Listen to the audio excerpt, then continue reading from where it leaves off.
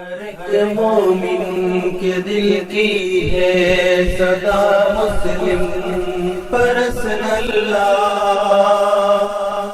نہ بدلا ہے نہ بدلے گا میرا مسلم پرسن اللہ۔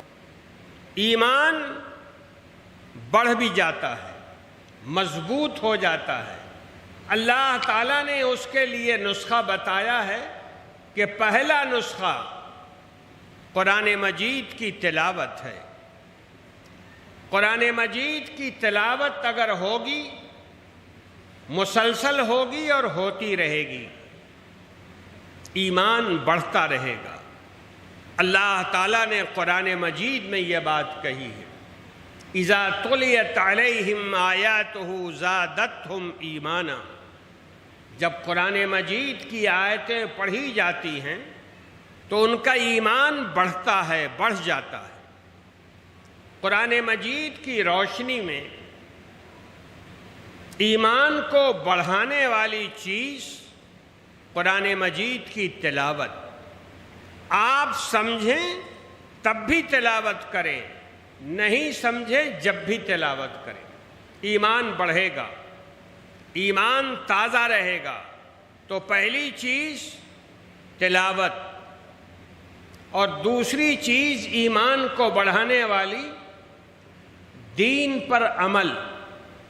جو دین کی بنیادیں ہیں ان کو ہم اور آپ مضبوط کریں اپنے عمل کے ذریعے سے، نماز پڑھ کے، روزہ رکھ کر، حج کر کے، زکوٰۃ دے کے، جو دین کی بنیادیں ہیں ان کے اوپر عمل کریں۔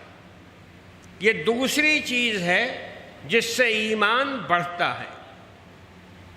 تیسری چیز، اللہ کے رسول کی چھوڑی ہوئی سنتوں کو ہم عمل کریں اس کے اوپر۔ سنتوں پر عمل کرنا یہ بھی ایمان کو بڑھانے کا نسخہ ہے۔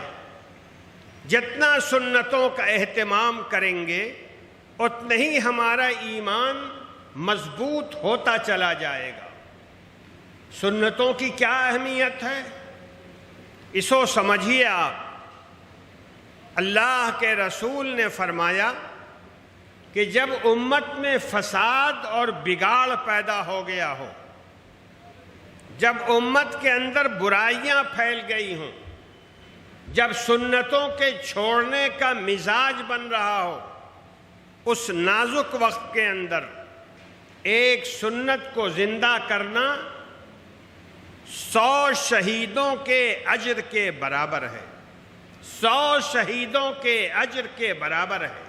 ذرا غور کیجیے سنت کی کیا اہمیت ہے۔ تو سنت کو زندہ کرنا، سنت کے اوپر پابندی کے ساتھ عمل کرنا ایمان کو بڑھانے والی چیز ہے۔ ایمان اس سے بڑھتا ہے، اس سے مضبوط ہوتا ہے، اور یہی چیز تحفظ شریعت ہے۔ تحفظ شریعت الگ سے کوئی چیز نہیں ہے۔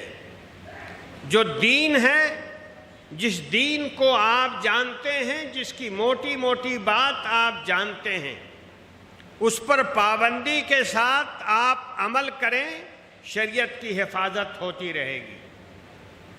اور جو چیزیں نہیں جانتے ہیں علماء کرام سے پوچھیں، علم حاصل کریں، اس پر عمل کرنا شروع کر دیں۔ عمل ہوگا شریعت محفوظ رہے گی، عمل نہیں ہوگا تو نعروں کے ذریعے، حکومتوں کے ذریعے شریعت کی حفاظت نہیں ہو سکتی۔ اس لیے میرے بھائی، جہاں تک تحفظ شریعت کا معاملہ ہے، اس کا انحصار کسی تقریر پر نہیں ہے، کسی وعظ و نصیحت پہ نہیں ہے۔